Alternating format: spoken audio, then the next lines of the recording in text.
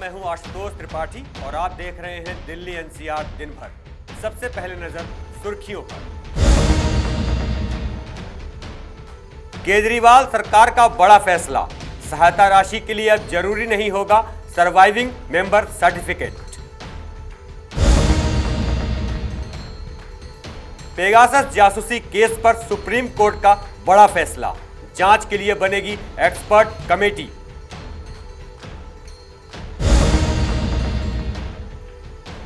Delhi police के पूर्व commissioner YS जड़वाल का हुआ निधन। 1974 बैच के आईपीएस थे वाईएस जड़वाल। पर्यावरण मंत्री गोपाल राय ने की हाई लेवल मीटिंग। पड़ोसी राज्यों को कहा डीकंपोजर का जिम्मा खुद सरकारों को ही उठाना होगा। दिल्ली में डेंगू के मामले पर दिल्ली स्वास्थ्य मंत्री सत्येंद्र जैन का दावा, पिछले साल की तुलना में कम आए केस। सबसे पहले बात करते हैं दिल्ली सरकार द्वारा दी गई सहूलियत की। जी हां, दिल्ली सरकार ने मुख्यमंत्री कोविड-19 परिवार सहायता योजना में अब सर्वाइविंग सर्टिफिकेट की जरूरत को हटा दिया है। यदि परिवार में पति या पत्नी में से किसी एक की मौत हुई है तो पत्नी या पति को मदद के लिए सर्वाइविंग सर्टिफिकेट नहीं देना होगा। देखें पूरी रिपोर्ट। दिल्ली सरकार ने मुख्यमंत्री कोविड-19 परिवार आर्थिक सहायता योजना में आवेदन की प्रक्रिया को और आसान बनाने के लिए एक अहम फैसला लिया है। दरअसल राजस्व मंत्री कैलाश गहलोत ने योजना की समीक्षा के लिए एक बैठक की।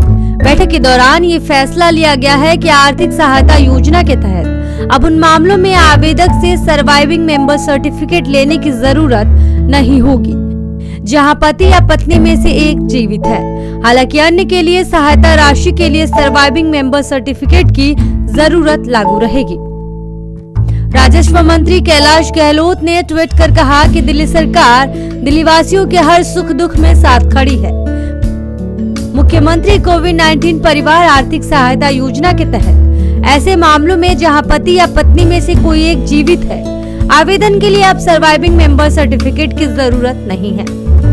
आपको बता दें कि मुख्यमंत्री कोविड-19 परिवार आर्थिक सहायता योजना के तहत केजरीवाल सरकार उन परिवारों को आर्थिक सहायता प्रदान करती है जिन्होंने कोविड-19 के कारण अपनी रोजी रोटी कमाने वालों को खो दिया था। राजस्व मंत्री कैलाश गहलोत ने कहा, यह हमारा कर्तव्य है कि इस महामारी में अपने प्रियजनों को खोने वाले परिवारों की हम हर संभव मदद करें। ब्यूरो रिपोर्ट, नवोदय टाइम्स, नई दिल्ली। पेगासस जासूसी कांड में अब सुप्रीम कोर्ट की एक्सपर्ट कमेटी जांच करेगी। चीफ जस्टिस एनवी रमन्ना ने इस बात को सुनवाई के दौरान कहा। यह कमेटी कैसी होगी और किस तरह काम करेगी, अगली सुनवाई में यह रूप सामने आएगा। देखिए पूरी रिपोर्ट। पेगासस जासूसी मामले की सुनवाई कर रहे सुप्रीम कोर्ट ने बड़ा फैसला दिया है कि अब पेगासस जासूसी मामले की जांच के लिए सुप्रीम कोर्ट एक्सपर्ट की कमेटी का गठन करेगा। एक मामले की सुनवाई के दौरान चीफ जस्टिस एनवी रमन्ना ने इस बात का जिक्र किया। ये कमेटी कैसी होगी और जांच किस तरह आगे बढ़ेगी, इस पर अगले हफ्ते सुनवाई के दौरान जानकारी मिलेगी।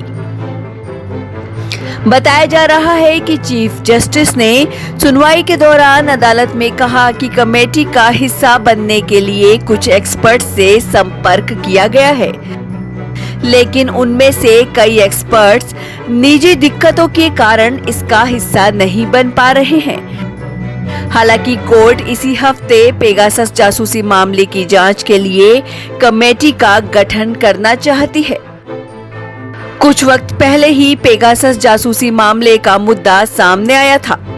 अंतर्राष्ट्रीय मीडिया एजेंसियों ने दावा किया था कि भारत सरकार ने इजरायली स्पाईवेयर के दम पर देश के कई नेताओं, पत्रकारों और अन्य हस्तियों की जासूसी करवाई थी।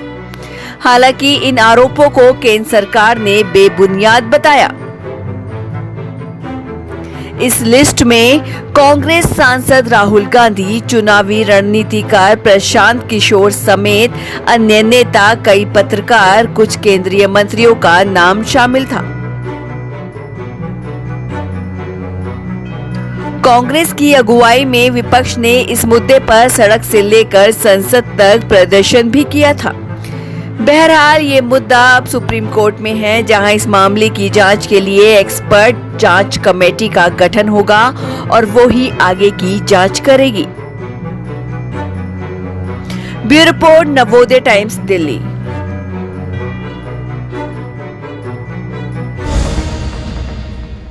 दिल्ली पुलिस के पूर्व कमिश्नर वाईएस जड़वाल का निधन हो गया है। वह 1974 बैच के आईपीएस अधिकारी थे। वर्ष 2007 से 2010 तक वह दिल्ली में पुलिस कमिश्नर थे। देखिए पूरी रिपोर्ट। दिल्ली के पूर्व पुलिस आयुक्त युद्धवीर सिंह डडवाल ने बुधवार देर रात दुनिया को अलविदा कह दिया। वो लंबे समय से बीमार चल रहे थे। डडवाल 1974 बैच के आईपीएस अधिकारी थे। साल 2007 से लेकर 2010 तक वो दिल्ली पुलिस आयुक्त रहे। इसके बाद वो एसएसबी के डीजी बनकर गए और वहां से सेवानिवृत्त हुए थे। खबरों की माने तो पूर्व सीपी डडवाल लंबे समय से बीमार थे। ज्यादा परेशानी होने के कारण कुछ दिनों से अस्पताल में भर्ती थे। हालांकि अस्पताल से उन्हें छुट्टी मिल गई थी और उनका इलाज घर पर ही चल रहा था। उन्हें क्या बीमारी थी, इसकी कोई जानकारी नहीं मिल पाई है। बता दें कि डडवाल दिल्ली पुलिस के 16वें आयुक्त थे और उनके कार्यकाल में ही वर्ष 2010 में दिल्ली में कॉमनवेल्थ गेम्स हुए थे। इससे पहले वाईएस डडवाल अंडमान के एसपी भी रहे थे। वहीं दिल्ली पुलिस में डीसीपी रहने के साथ वो ज्वाइंट सीपी भी रहे। डडवाल ने दिल्ली पुलिस के पूर्व आयुक्त के पाल के सेवानिवृत्त होने के बाद दिल्ली पुलिस की कमान संभाली थी। इतना ही नहीं, जब डडवाल को दिल्ली पुलिस कमिश्नर बनाया गया तो नाराज होकर किरण बेदी ने वीआरएस ले लिया था। देश की राजधानी दिल्ली में साल 2008 में सीरियल ब्लास्ट के दौरान वाईएस डडवाल ही दिल्ली पुलिस के आयुक्त थे। इसके अलावा उनके कार्यकाल में ही साल 2010 में जामा मस्जिद के पास भी हमला हुआ। बाटला हाउस मुठभेड़ भी इन्हीं के कार्यकाल में हुआ, जिस पर फिल्म भी बनी है। लेकिन अब डडवाल ने हमेशा के लिए इस दुनिया को अलविदा कह दिया है। ब्यूरो रिपोर्ट, नवोदय टाइम्स, नई दिल्ली। दिल्ली को प्रदूषण से बचाने के लिए दिल्ली सरकार विशेष रूप से काम कर रही है। इसी दिशा में पड़ोसी राज्यों के साथ दिल्ली सरकार ने एक बैठक की। बैठक में पड़ोसी राज्यों के अधिकारियों से कहा गया कि खेत में पराली को खत्म करने के लिए डीकंपोजर का इस्तेमाल किया जाए और इसकी जिम्मेदारी खुद सरकार ही उठाए। देखिए पूरी रिपोर्ट। जाड़े के समय में विंटर सीजन में जो पोल्यूशन लेवल बढ़ता है उसको लेकर के चर्चा हुई। दिल्ली चूंकि उसका केंद्र बिंदु है, सबसे ज़्यादा प्रभाव नॉर्थ इंडिया के इलाके में जितनी गतिविधियां होती हैं उन सबका सबसे ज़्यादा प्रभाव दिल्ली के ऊपर पड़ता है। यहाँ की भौगोलिक बनावट के कारण दिल्ली के अंदर जो प्रदूषण होता है उसमें दिल्ली के अंदर जो प्रदूषण पैदा होता है उसकी भी हिस्सेदारी होती है, लेकिन उससे ज़्यादा दिल्ली के जो प्रदूषण लेवल बढ़ने का जो कारण है वो बाहर के प्रदूषण है। मैं इसलिए कह रहा हूं कि जैसे अभी पिछले एक हफ्ते से हम एयर क्वालिटी को मॉनिटर कर रहे हैं। अब अक्टूबर का महीना आने वाला है। सितंबर के महीने में 18 तारीख को PM10 का जो स्टेटस था 67 था, PM2.5 27 था। 19 सितंबर को PM10 85 था, PM2.5 35 था। 20 सितंबर को PM10 78 था, PM2.5 31 था। 21 सितंबर को PM10 81 था, PM2.5 31 था। 22 सितंबर को PM10 64 था और PM2.5 27 था। पिछली साल जब मैं लगातार वार रूम से मॉनिटर कर रहा था PM10 और PM2.5 के इंडेक्स को कि किस तरह से उसका ग्राफ बढ़ रहा है, उसमें हमने बहुत सारी गतिविधियों के साथ साथ एक चीज को मॉनिटर किया कि पंजाब, हरियाणा, नेबरिंग स्टेट में पराली जलने की घटनाएं ज्यों बढ़नी शुरू होती हैं दिल्ली के PM 10 और PM 2.5 का जो ग्राफ है वो भी बढ़ता जाता है। और मैं आपसे भी निवेदन करना चाहता हूं कि आज का मैंने स्टेटस बताया है, आप इसको जब क्लोज मॉनिटर करोगे तो आपको ये चीजें पिछले साल का जो हमने एनालिसिस किया है वो इसी तरह से दर्शाती हैं। इसलिए आज की बैठक में खास तौर से मैंने सभी राज्य सरकारों से, केंद्र सरकार से हमने एक ही अपील की है, सबसे जो पहली कि पराली की समस्या को जड़ से समाधान के लिए इमरजेंसी मेजर के तौर पर सभी सरकारें बायो डीकंपोजर जो सॉल्यूशन फॉर पराली पोल्यूशन है उसका युद्ध स्तर पे छिड़काव करने की तैयारी करें। पंजाब ने, हरियाणा ने, उत्तर प्रदेश ने, कई सरकारों ने आज मीटिंग में यह बताया कि वो बायो डीकंपोजर के उपयोग का निर्णय ले रहे हैं। लेकिन कई जगह से हमें ये सूचना मिली है कि वो कैप्सूल खरीद करके किसानों में कैप्सूल बांटने की योजना बना रहे हैं। मैं मीटिंग में भी मैंने निवेदन किया और आपके माध्यम से पुनः निवेदन करना चाहता हूं कि किसानों को कैप्सूल बांटने से केवल ये काम जमीन पे नहीं उतर पाएगा। दिल्ली के अंदर भी ये काम नहीं हो पाता अगर सरकार ये जिम्मेदारी अपने हाथ में नहीं लेती। कृषि विभाग के अधिकारी हर डिस्ट्रिक्ट के अंदर हैं। जैसे दिल्ली के अंदर 3 जिलों में कृषि विभाग के अधिकारी काम करते हैं जहां खेती होती है, तो हमने हर जिले के कृषि अधिकारी की टीम को जिम्मेदारी दी है। हम कैप्सूल लेकर के उसका घोल खुद तैयार कर रहे हैं, जो उसकी प्रॉपर विधि है उस तरह से, और उसको तैयार करने के बाद किसानों में उसके खेत में ले जा करके छिड़काव करने तक की सारी जिम्मेदारी सरकार अपने हाथ में ले रही है। अगर केवल कैप्सूल बांट दिया जाएगा तो उस घोल बांट दिया जाएगा तो उससे जिस जिम्मेदारी के साथ इमरजेंसी लेवल पे इस काम करने की जरूरत है वो काम जमीन पे इंप्लीमेंट नहीं हो पाएगा। इसलिए सरकारों को आगे बढ़ करके और इसको काम करने की जरूरत है। दिल्ली सरकार डेंगू को लेकर बेहद सतर्क है। इसी दिशा में दिल्ली के स्वास्थ्य मंत्री सत्येंद्र जैन ने कहा कि पिछले वर्षों के मुकाबले इस वर्ष सितंबर माह में डेंगू के मामले कम हैं। देखिए पूरी रिपोर्ट।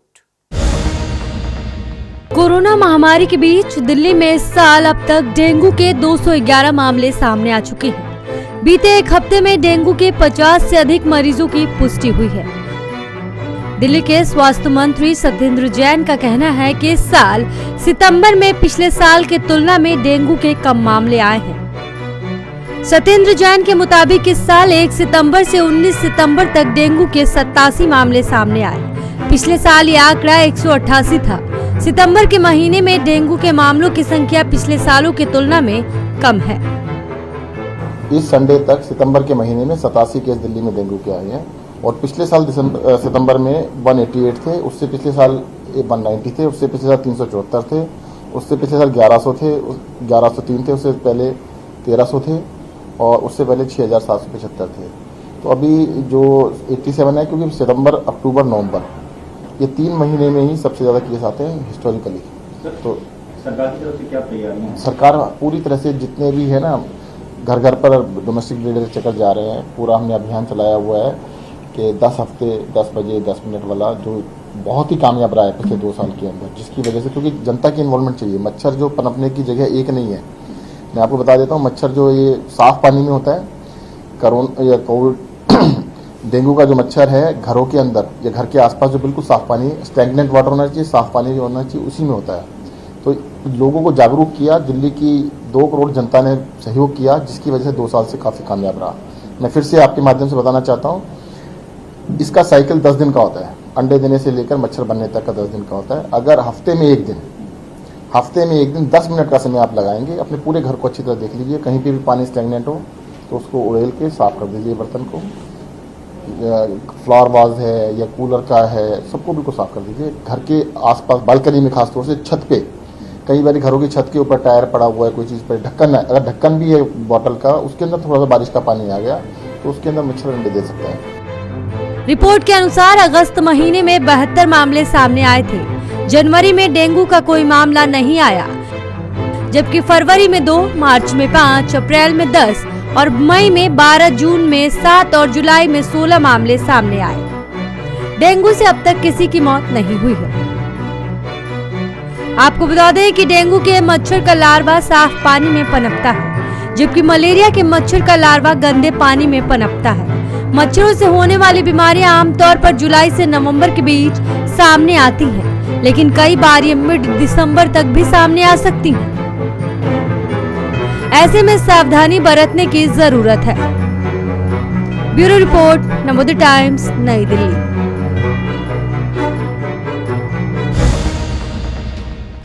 दिल्ली एनसीआर दिन भर में अभी के लिए इतना ही। यदि आप हमें YouTube पे देख रहे हैं तो सब्सक्राइब करें, अगर Facebook पे देख रहे हैं तो लाइक करें। नमस्कार।